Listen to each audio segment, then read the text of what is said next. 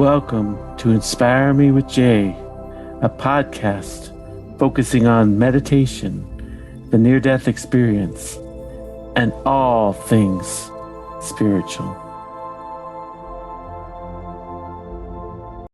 Hello, this is Jay Spillers with Inspire Me with Jay. My special guest is Dr. Ron Stotts. Ron, how are you? Doing well, Jay. Thanks for having me on your show. Looking forward to chatting with everybody. So what is it that you do specifically? I really guide entrepreneurs and execs on a transformational inner journey that allows them to really get in touch more with themselves and create a more conscious level of leadership. And my hidden agenda is by creating more conscious leaders, I can create a more conscious and caring world. And that's what I do. And you have a website, don't you? Yes, ronstotts.com. They did a great job on it. It really shows my different programs and books, and there's a lot of great material that people can download for free and get a lot of benefit out of that, give them a good direction to take their own life in. And you combine mindfulness with success in business, right? I certainly do that. My initial work, I have a PhD in psychology and doctor of chiropractic, and I've been I've probably meditated well over 30,000 some hours, so a strong spiritual background. But I have a very deep, for like 40 plus years that I've been doing the deep inner work where they're healing their past and creating a relationship with their inner child and really falling in love with themselves, for lack of more lengthy explanation. And then we go into more of the development of the brain, the neurological development of really whole brain integrated thinking, mindfulness, and what I call accessing big mind, or entirely new levels of thinking and mindfulness and accessing information. So how does mindfulness help with success?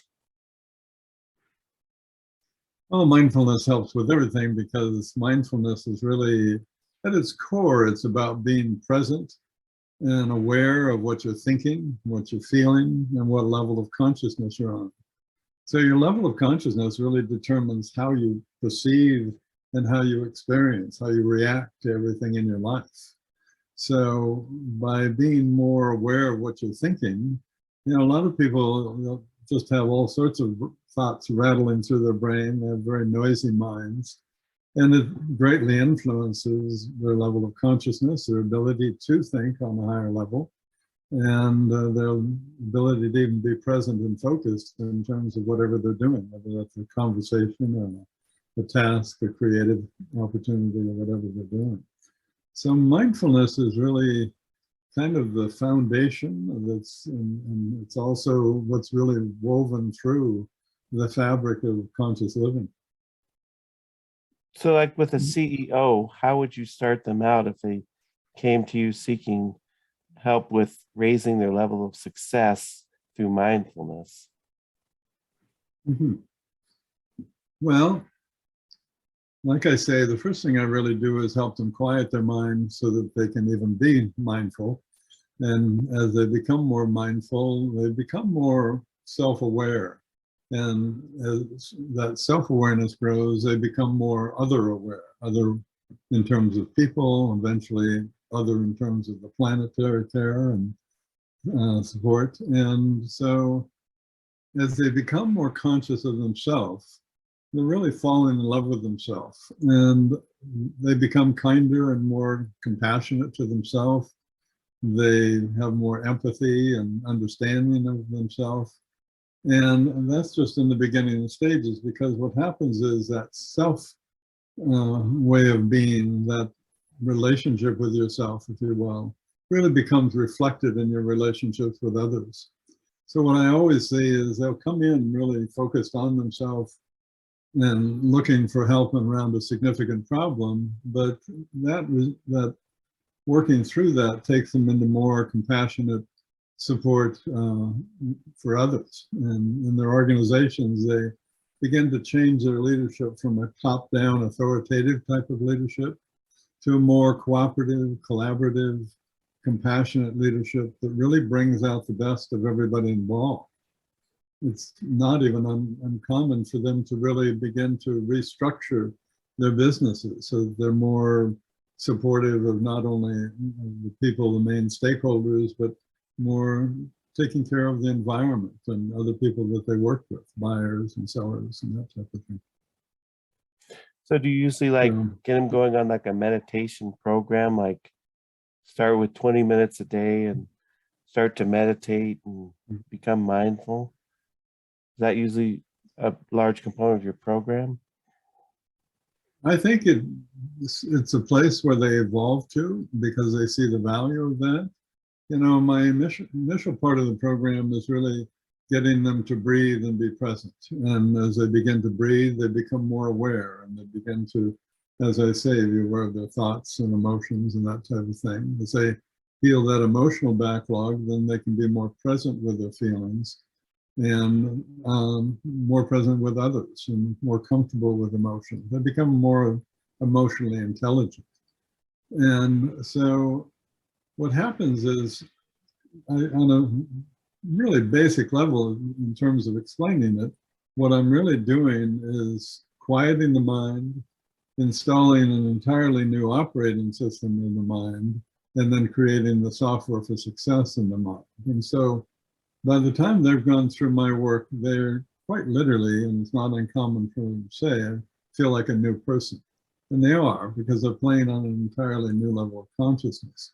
So they see things, they respond to things, they react to things very differently, much more maturely, much more consciously. And so a part of that, you know, the early work is fairly, you know, obvious to them.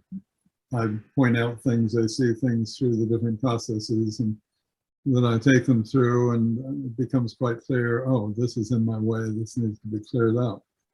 But that gets more refined, that gets subtler, if you will. And so that's where meditation really becomes more a part of their life, a more greater interest to them.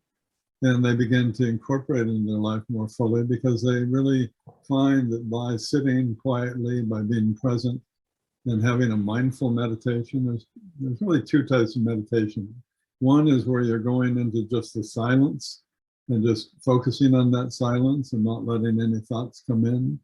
But another type of meditation, which is quite helpful, especially in the beginning, is more of a mindful meditation, where you're really just sitting and being present, and with whatever comes in, you just breathe into it and let it go.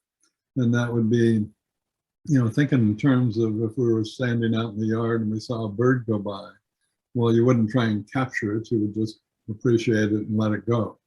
And that's what we end up doing with our thoughts in that more mindful meditation. So, you know, and that the noisier your mind, the noisier your meditation has to be so that you can stay with it. And so, you know, as their mind gets quieter, their meditations become quieter, and their awareness becomes greater, and the subtleness of the different stages of their evolution becomes subtler and yet more rewarding. And that really always resolves in a more conscious, caring, and, you know, kinder world for themselves, their families. You know, I watch their relationship, you know, not only with themselves, but with their partners and kids, and greatly enhanced. And of course, certainly in their organizations, it's dramatically changed. Oftentimes people who top C-suites, and, you know, they'll come to me after maybe the top player comes in because they see the transformation that's taking place.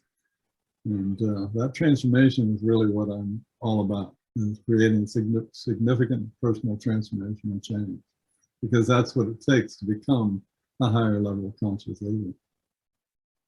Well, does it often start with the CEO, and then does he generally want, or she wants you to go into the rest of the company and start to help others in the organization to become more mindful? Or do you usually just go into a company to help everyone that's there initially?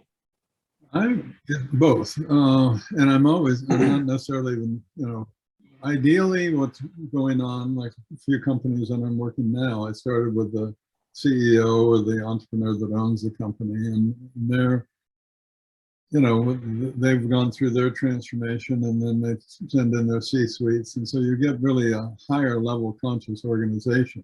And that's the ideal world, because then the entire organization is really much more supportive of everybody involved. And that's really where a more conscious and caring world comes from. People feel like they're a valued member of the team and they can contribute. And, a lot of the problems that, CEOs and others come to me with, initially are outside problems that are really resolved as they heal themselves. And that's a big shift that a lot of them didn't recognize and comment on regularly, is they didn't realize that their own development, personal development, would have such a significant impact on the development of the organization.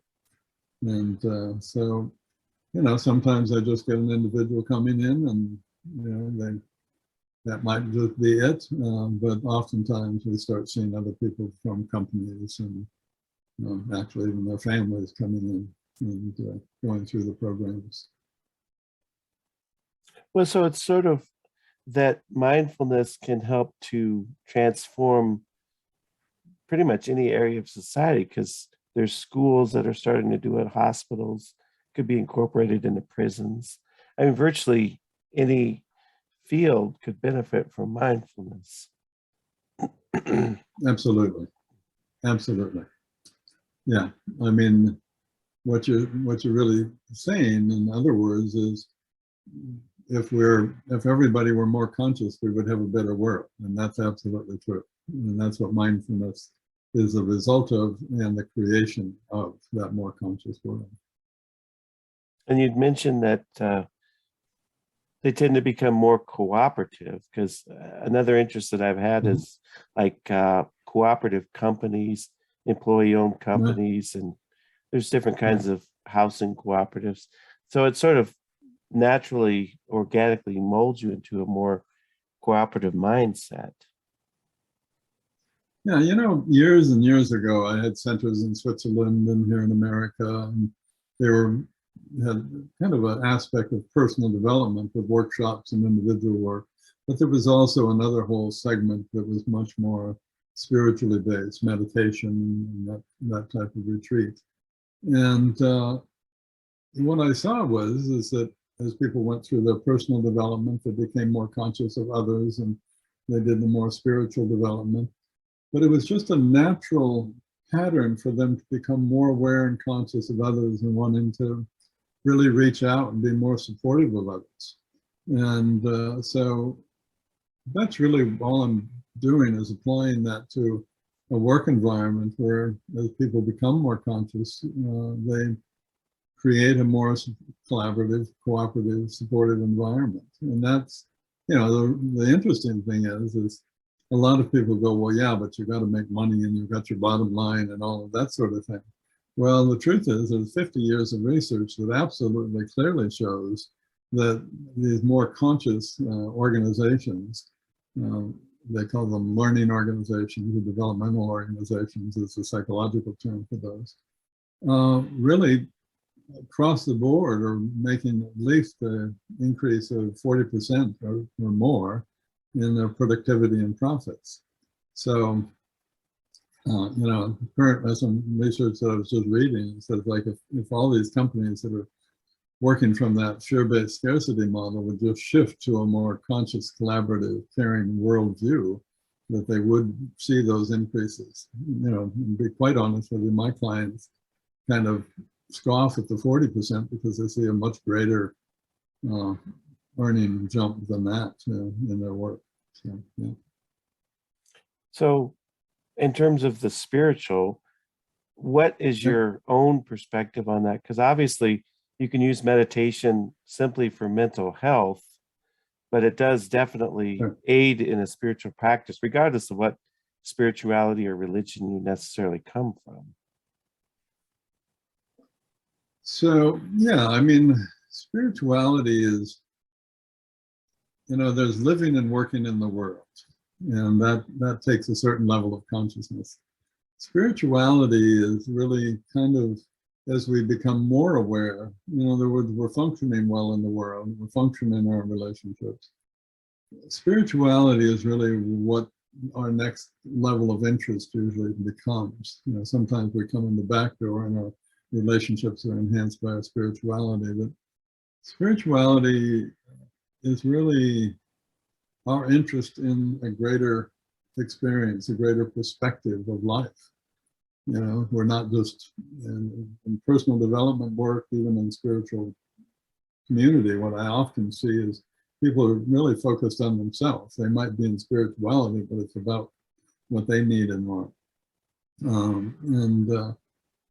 But as those individual healings take place, as they become more functional, conscious, and really enjoying life more fully, then they automatically, as I've shared, become more interested in others. And then that goes into the planet, and then that goes into, the universe. And so, and I guess from my perspective, spirituality is the quieter your mind, the more connected and in touch with the totality that we are oneness of comes into play. And so, what I'm doing is creating conscious leaders to create a more caring and conscious world.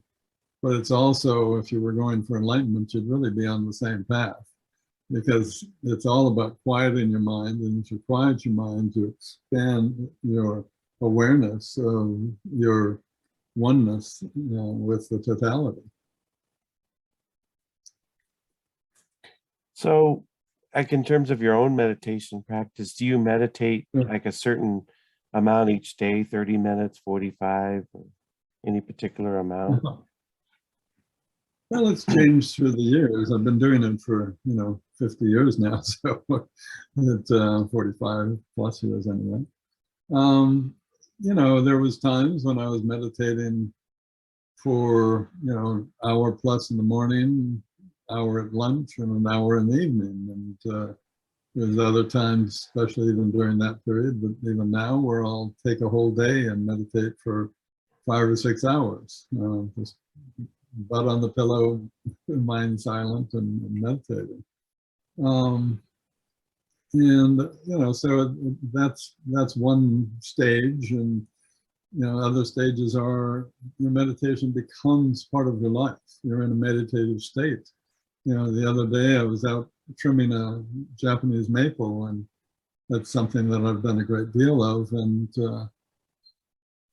it's a low dissectum, the lower, smaller Japanese maples, the large one, it's lovely. But I was halfway through it before I sort of snapped out of it and realized that I'd been in a very high level of consciousness while trimming this tree.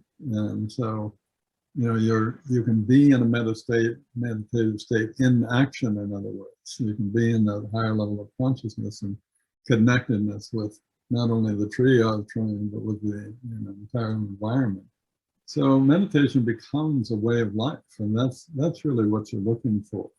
Doesn't mean you don't sit and meditate. Sometimes I'll just be, out in the yard, and I'll just sit, for a half hour or more. I don't really time it, and just meditate. And meditate means just breathe, get quiet, expand, and become one with the environment and well beyond that. So meditation is a get-to thing, not a have-to thing.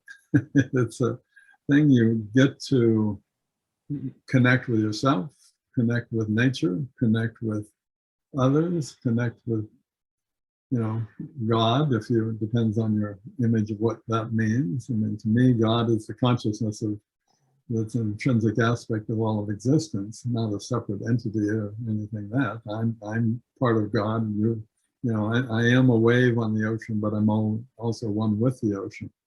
And I think spirituality takes us into an awareness of that interconnectedness. Yes, we are a wave that rises and falls, we die and are reborn, perhaps, but we are also that ocean. We can't ever be separate from that.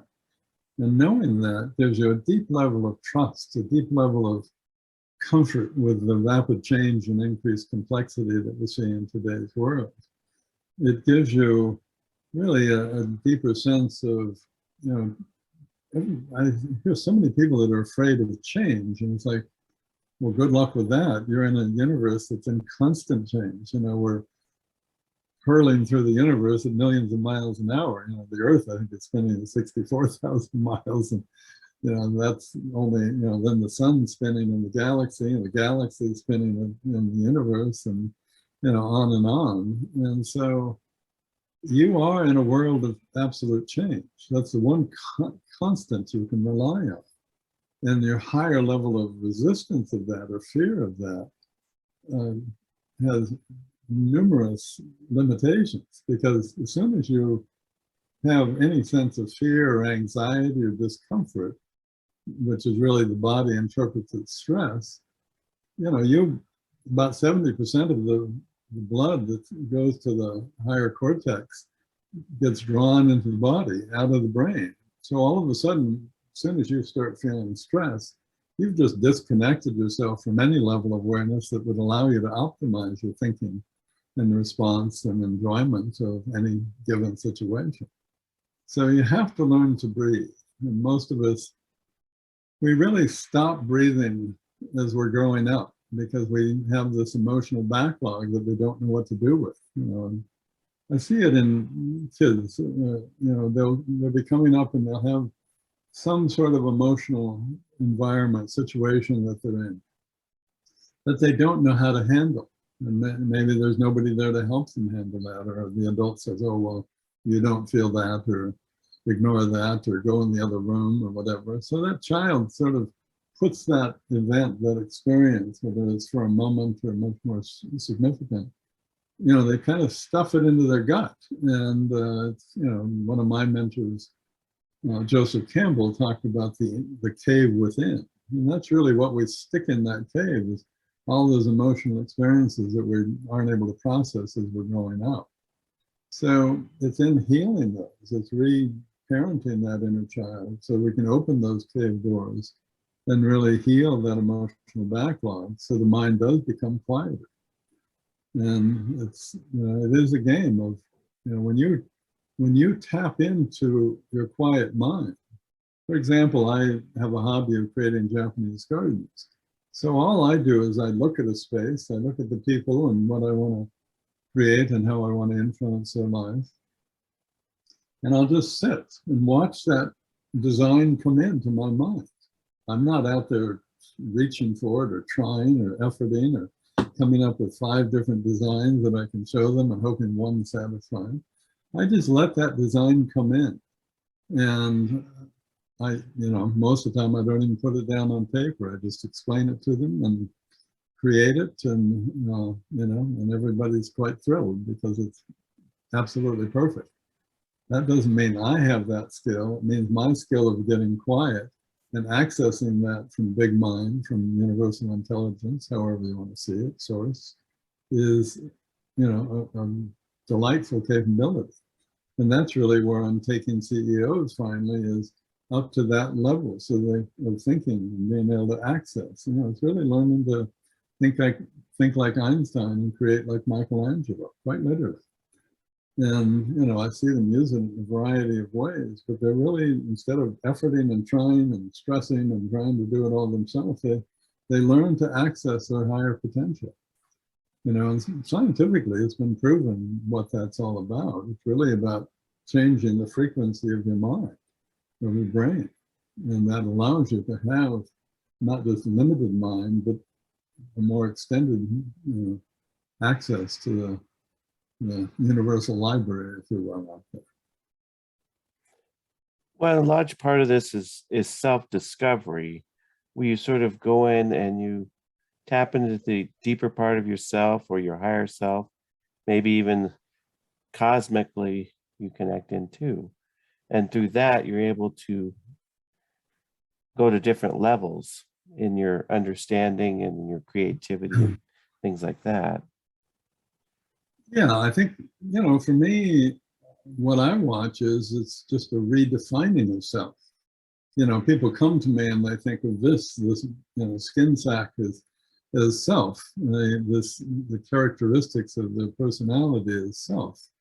And as they heal that and modify those characteristics and abilities and take better care of themselves on a physical, mental, spiritual level, they're redefining themselves. And so it's like, oh, I'm not attached to that old self because that wasn't working for me in some ways.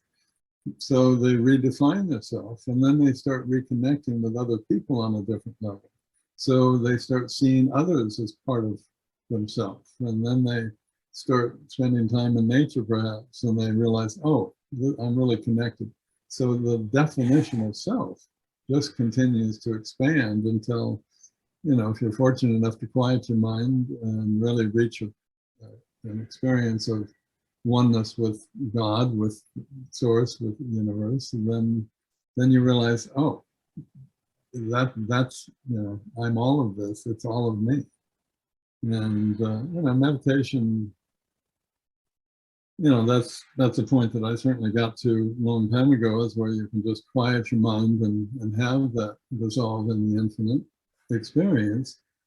But where that's really nice and a delightful experience, it's bringing that awareness back into your life, into your relationships, into taking care of, being a good caretaker of this body, being a good caretaker of this mind, and in your relationship with others, being a good caretaker of this planet, and well beyond that.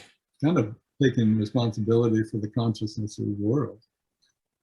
Do you have like a lot of success stories where CEOs and different people and companies will come to you and say, this has changed my life profoundly? Everybody I've worked with.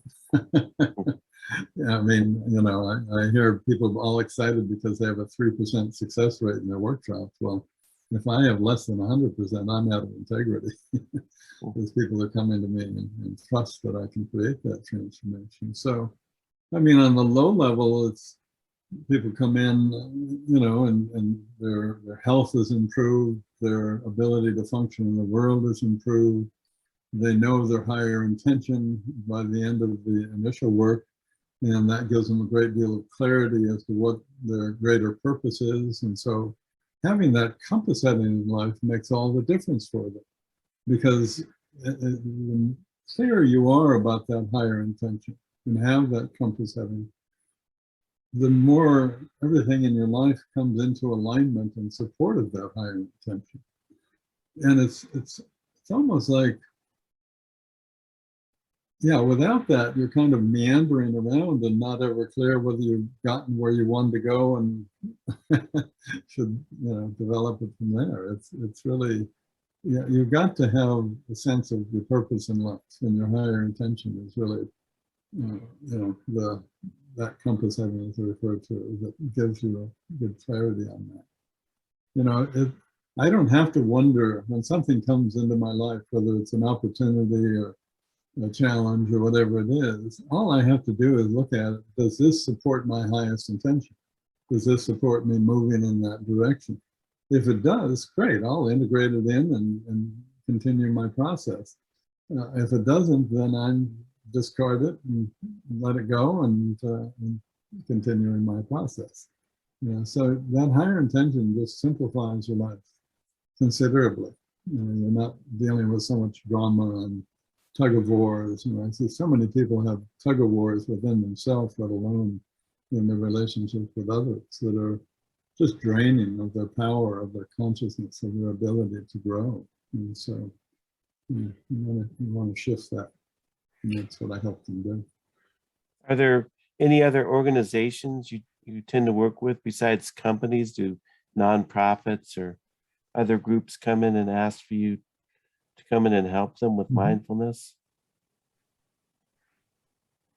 Yeah, I mean, certainly through the years, I've worked with, vast, an NFL team owner came and he really integrated that into his whole structure, and he's quite influential throughout the league.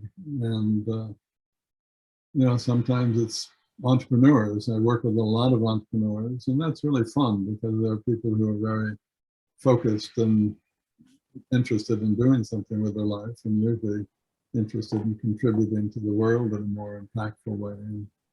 And being able to give them in fact, most of the people who come to me, it's almost like they're going through life with their foot on the gas pedal, but their other foot's on the brake. So what I'm helping them do, especially initially, is help them take their foot off the brake so that they can really accelerate forward in their life. Another analogy, I'll stick with the cars for now, but a lot of them have, a really great automobile, but one tire is flat. And so, what's impressive to me is how well people do with the limitations that they have in their lives. But then, of course, when you resolve those limitations and they can move forward more authentically and completely, you see a dramatic increase. Fellow that I worked with last year, he's got, I think it was, excuse me, 5 9-figure businesses. He's an entrepreneur, very successful, obviously. And within a year, he was able to double the value of those businesses. And, I watched him, he had a failing relationship, and that was strengthened, and they ended up getting married within months. I saw him restructuring his organization so they're much more societally supportive. I watch him change his leadership style, so it's much more cooperative and collaborative, and bringing people in a more conscious way. And you do enough of that, we can change the world, and that's kind of my intention, is if I can create enough conscious leaders, and then we can create that sort of 100th monkey thing where we shift the way we do business.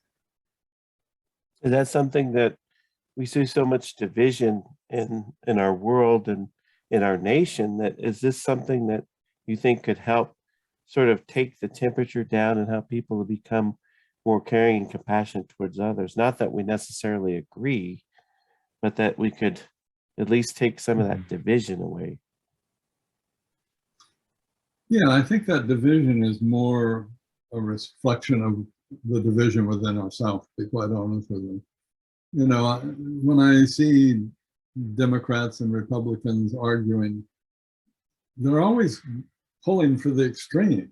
And there's a lot of middle ground that can come from just understanding and appreciating the different perspectives. But our political system, maybe our social system too, is really designed to create that drama, that struggle. And we seem to thrive in that, not literally, but we seem to enjoy being in that. And it's just, it's so costly that it's really damaging the country, but on a bigger picture, it's damaging the world. That disconnection within ourselves is really being reflected in our disconnection with our planet, and being played out with all the disasters that we're seeing going on. I mean, you look at our systems, you look at our healthcare system, our educational system, our prison system, any of our major systems, if you look at them, they're absolutely failing. And the reason they're failing is because the consciousness of the leadership is so, it's just in conflict and drama and penalizing and, trying to be right and trying to have power over others and breed and all these things. All of those things are fear-based. In other words, if you personally are coming into the world and going through life from a fear-based scarcity model, yeah, then of course you want, your way or the highway. But if you're coming in with a more collaborative, supportive, abundant mentality, then you're looking at, okay, yes, you want to do it differently. Good, you do it differently. As long as it's not hurting others, I'm fine with that. We have to be compassionate. We have to just appreciate each other, and that we're all different, and we all have different needs, and we're all in different places, and what I really see is the more fear-based somebody is, the more controlling they want to be of others' behavior. the more scarcity-based they are, the more they want to be greedy and make sure they've got theirs. And that's always at the effect of others. You know, I believe if we don't create a good educational system, we're going to have to create a better prison system, because the lower the education rate, the higher the prison rate. You know, there's a direct correlation. There's plenty of research that shows all of this. You know, so it's just, yeah, it's just a matter of people being kinder to themselves, being considerate of others, and not having to be right. You know, just taking care of their own space, their own being. You know, you look at, remember when I was in chiropractic school, I did some research on death, and 8 out of the top 10 reasons people die are really lifestyle choices. So people are really making choices in their lifestyle that are killing them. They're kind of choosing a slow suicidal methodology that gets them, shortens their life tremendously. And, you know, that gets reflected in our societal conflicts and disconnection from the planet and all of that. You know, a friend of mine, he's one of the top Alzheimer's doctors in the world, Rudy Tanzi, and he shared with me a few years ago now, that well over 50% of the people over 65 are going to have Alzheimer's by the time, you know, well over 50% of the people as they reach 65 by 2030 will have Alzheimer's. In other words, they become that disconnected that they won't even know who they are. And those people, you know, just a very small percentage of those are even going to have the prone to Alzheimer's due to genealogical, you know, tendencies.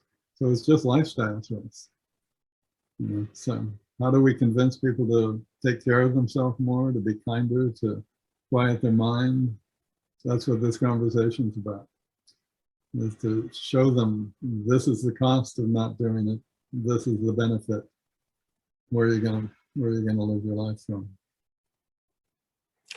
Thanks for coming on today. And people can reach you on your website. What is your website again?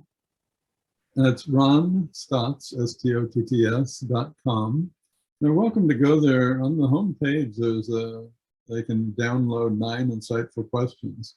And I think they'd be great for anybody to help them begin that inner journey of understanding where they're coming from, what their biggest challenge is, and what their biggest dream is, and what's the gap in between, and what they can need to look at and resolve. Yeah. Well, thank you. It was a pleasure having you. All right. Well, thank you, Jay. I enjoyed it.